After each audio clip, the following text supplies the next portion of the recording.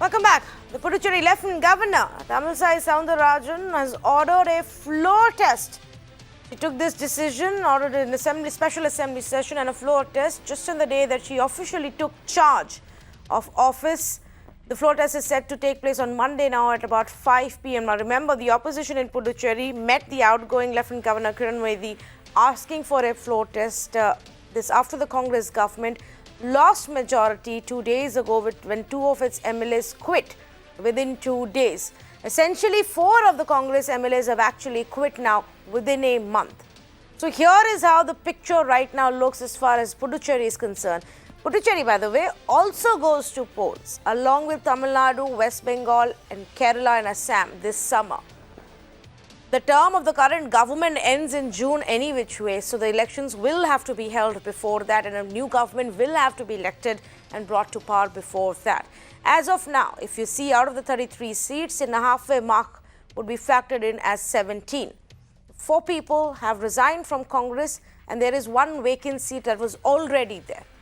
Now, how do the parties and the 2 key alliances stack up? Well, the ruling alliance of the Congress and the DMK, they have 10 Congress MLAs, 3 of DMK and 1 independent with them.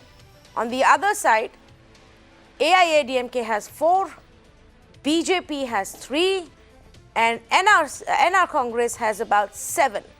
So right now it's extremely close between the 2 alliances, roughly 14 each, but we don't know which way it will go. Because the Chief Minister keeps claiming that he will be able to prove his majority. But so much has happened in the last few days. Remember, Kiran Bedi was removed as the Lieutenant Governor of Puducherry just 2 days ago. This very week, the order came from the Rashtrapati Bhavan. And Tamilisai Soundararajan, who's the Governor of Telangana, was given the additional charge of Puducherry. So she effectively only got to Puducherry yesterday and took charge. And then the first thing she's done is call for a special session and a floor test. And the timing of it is even more odd because we're just a few weeks away from elections any which way. So what's going on? And where do we go from here for Puducherry? Let's say good evening to Nirmal Kumar Surana, State Vice President for BJP Karnataka and in charge of Pondicherry.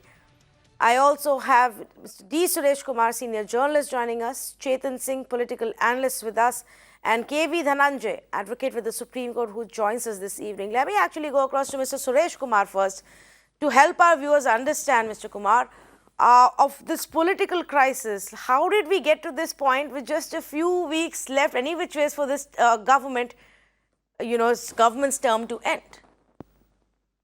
Technically, today the Congress is in a minority because the 10 includes that of the Speaker. And as per the law, if you notice, the Speaker cannot vote unless it's a tie. So he cannot vote in the first instance. So technically, the Congress has 9 plus 1 of the Speaker, and then the DMK is 3 and the 1 independent. And if there's no split in the, and then he has to ensure that there's no, there's a split in the opposition ranks before the voting takes place. So what really happened is this: 4 Congress legislators have quit, and 2 of them are ministers. And one of them, Mr. Namasivayam, has actually joined the BJP. And another Congress MLA, the 5th one, was disqualified last year on the charge that he was indulging in anti-party activities and attempting to topple the Narayanaswamy government. So the Congress, which started out with 15 MLAs in 2016 after the election, now has just 10 MLAs, including that of the Speaker. And parallelly, there's been another development that has happened. The Puducherry Assembly has 3 nominated MLAs, and Kiran Bedi, while she was Lieutenant Governor, ensured that all 3 of them who were nominated were BJP members. 2 of them were BJP members, and 1 of them was a BJP sympathizer. And very recently, one of these nominated members died, and then quickly she had nominated another person. The Supreme Court had upheld her authority to nominate these MLAs. And in the Puducherry Assembly, uniquely, the nominated MLAs can vote, whereas in the other assemblies where you have a nominated Anglo-Indian member, they are not entitled to normally vote, but in Puducherry, the 3 can vote. And that brings it on a very close finish where the Congress, as on date, does not have a majority on hand. And, all along, the Congress was projecting that it was not able to initiate any development issues and development activities in Puducherry because of the interference of the Lieutenant Governor. Now the Lieutenant Governor is gone, a new Lieutenant Governor who incidentally hails from Tamil Nadu is there. She was the former BJP president. And she has got down to her task straight away because the opposition has asked for a motion of confidence to be moved. So it's a very interesting thing. As on date, it appears that the Congress may not survive this unless for a last minute split in the ranks of the opposition. Yeah, absolutely. And it's very interesting. Mr. Dhananjay, what happens in such a scenario and this peculiar situation, especially because we are so close to the elections any which ways, but of course, at the end of the day, if the government doesn't have the numbers, then they ought to go. So on Monday, when the floor plays, what could be the possible scenarios we're looking at? Well, I think whatever happens, that will be a kind of a surprise because, like the first speaker was in fact saying, nominated members generally don't participate or are not entitled to vote. But it so happened that in December 2018, the Supreme Court went on to, say something very novel and unique as far as the Puducherry legislature is concerned. The Supreme Court did say that the 3 nominated members will be entitled to also vote in a no confidence motion, or for that matter, in a budget. So I think that, in fact, also disrupts the disqualification process because these 3 BJP persons don't really have a legislature party in the assembly because legislature, the BJP never got an elected member in that assembly so far. So there is no whip to which they will be subject to. But nevertheless, as a matter of sheer equation, as the previous speaker was in fact pointing out, the Congress certainly may not be in a position to, prove a majority of up to 17 members, and therefore there is every likelihood that they would, the government would in fact face a dismissal, and the president's rule will have to be invoked until the forthcoming election. But, apart from the law, I think there are 2 other aspects that this thing throws out, which is we see this disruption happening more often over the last 3-4 years. It happened in Karnataka. It happened in Madhya Pradesh. And of course, there was also a very big effort in Rajasthan. And incidentally, the victim, so-called victim in these cases would be the Congress and the beneficiary would be the BJP. And this is not good for democracy. And all said and done, these resignations, to the extent they have the effect of lowering or reducing the majority of a ruling government, I think, we all know that there's a great deal of corruption that's involved in this. But then again, we don't have anti-corruption bodies in this country that are vigilant enough to keep a check over these things, or for that matter, to prosecute or take cognizance of such events. So I think we will have to fall back on one aspect, which is these things perhaps could teach a lesson to Congress and many other parties who in fact, don't really think about character when they issue tickets. So because we can't really bank on the law, we can't really anti-corruption active, bodies in this country. I think we will have to bank finally on character and force the political parties to think about character when they give tickets. Well, Mr. Dhananjay, you're far. I mean, I know what you're saying, and I get the sentiment, and I agree with the sentiment. But hoping that political parties give any kind of importance to character of a person and to judge him on how much greed he may or she may have is as far-fetched as to say, oh, they should simply at least follow the norms and have some ethics. But I get the point that you're making. But what's the benefit of doing this right now? Mr. Nirmal Kumar Surana, help us understand. What happens? Why are we looking at this right now with the MLAs resigning or the opposition wanting to topple the government? We're any which ways in election mode. See, one thing is, you said opposition is trying to topple the government. It's not opposition at all. It is their own people, 4 people from the Congress. They have resigned. So the government is collapsing. It's not that we are other opposition are doing something. Second thing is, as Mr. Dhananjay was speaking, like why this is happening, and beneficiary is BJP. I think it is unnecessary to quote Madhya Pradesh or Karnataka. It is the Congress party which cannot hold its own people, and they are unhappy with their own party. And if they are opting for something better, it's their choice. Democracy is such only. No, democracy is that. And we are talking about democracy, means it is a democracy. Now the No, but I am just trying to understand how come they realize that they are unhappy with this party with 1 month more to go before elections take place. They went through the term and they realized that this party, they're not happy with them right now. Nobody's going to buy that. See, one thing is whoever MLAs resigned. Some of them I have spoke to them, and some are still there in the party, but they want to resign.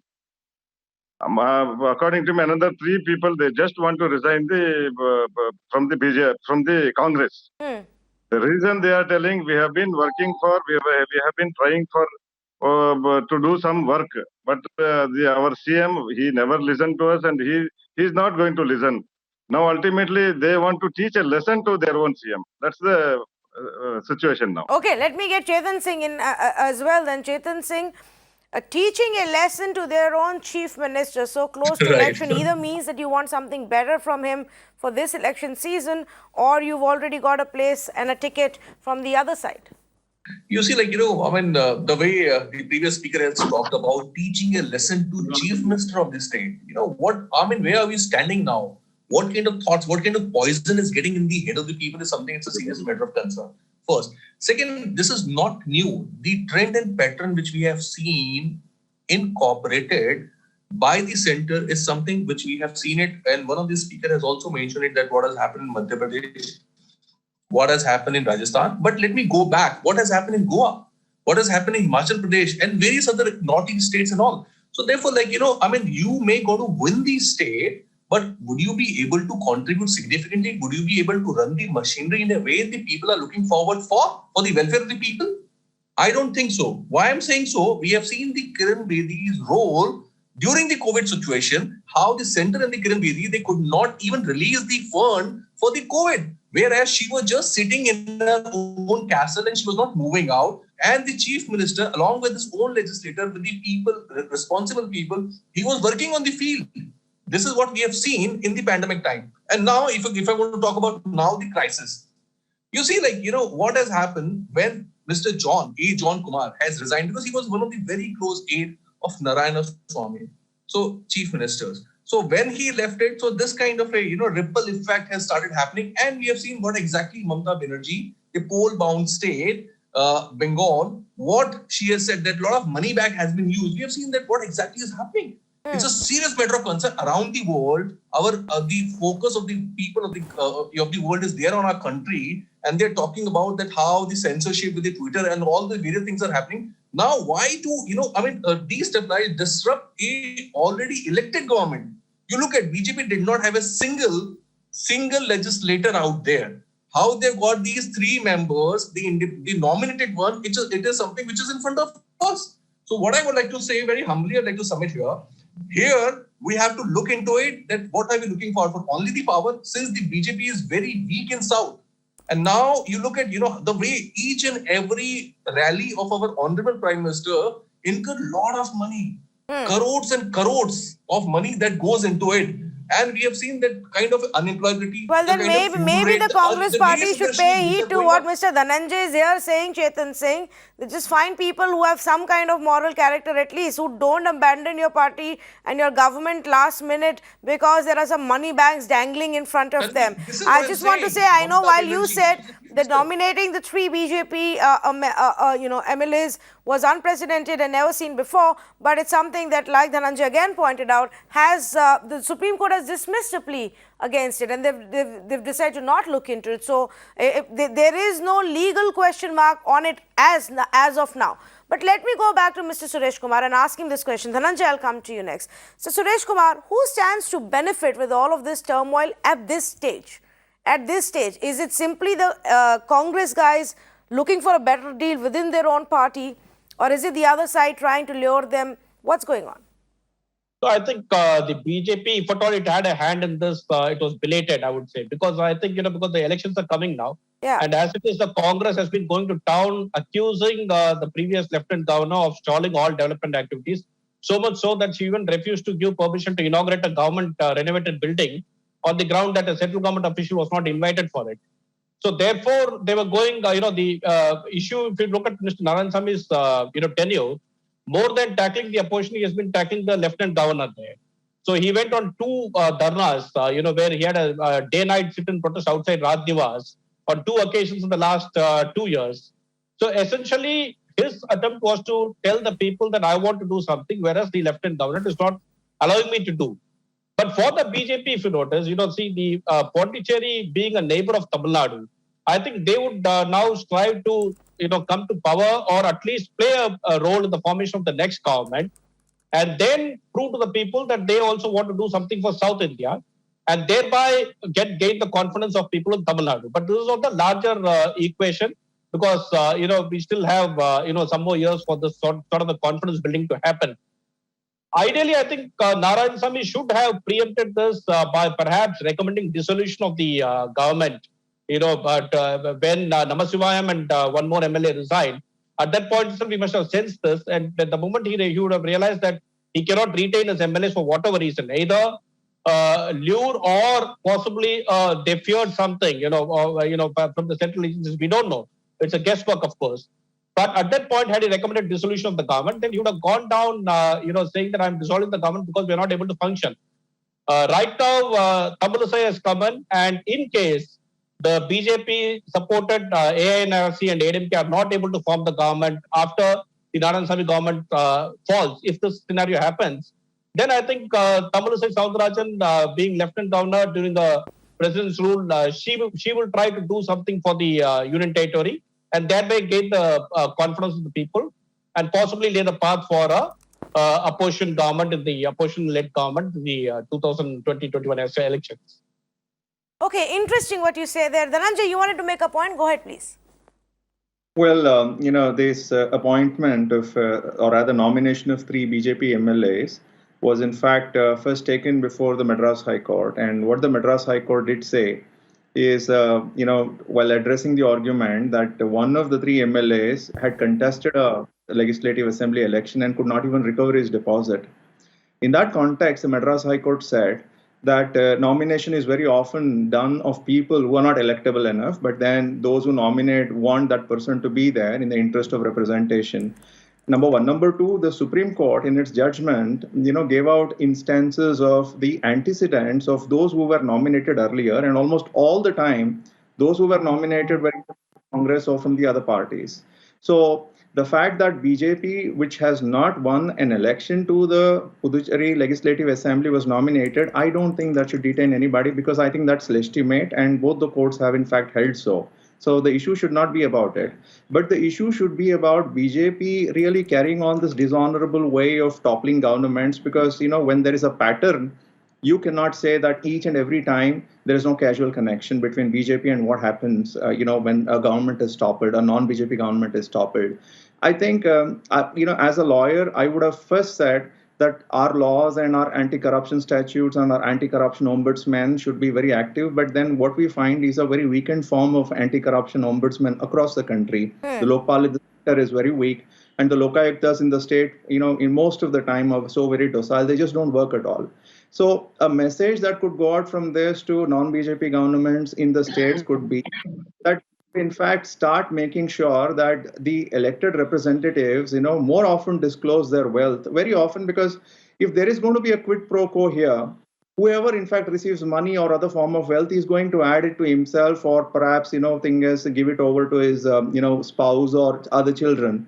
So perhaps the non-BJP governments can make this disclosure more powerful, because if we don't curb corruption, then this is what is going to happen.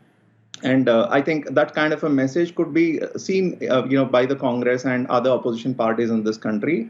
If BJP has done this so often over the last 4 years, I'm very sure Puducherry is not going to be their last stop. They would, in fact, do the same in other states as well. And I think the opposition parties will have to strengthen their anti-corruption mechanism, so that people will be afraid of indulging in corruption, and therefore would be afraid of switching loyalty. In the fear that if they were to do so, and if there is increase in their wealth, then they would get caught, and there could be prosecution and so on and so forth. Okay. If law is not going to be our guide, then morality and character, I think, is what we must turn to. Otherwise, what else do we have?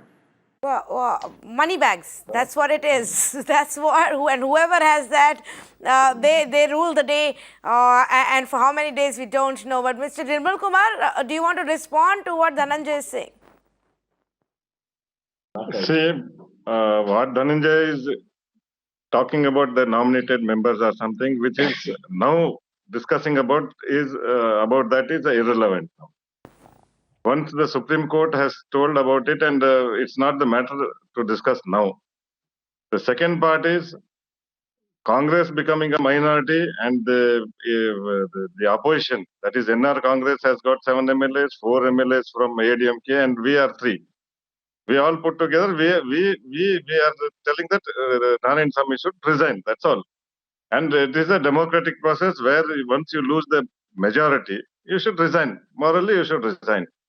And if it doesn't, he'll be forced to resign. That's all.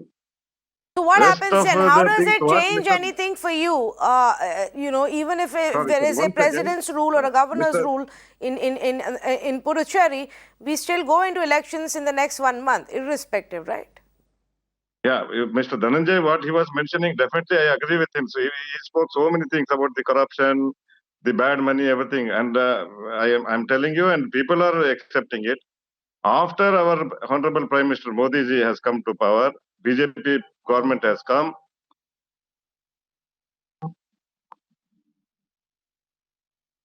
Yes, go ahead, please.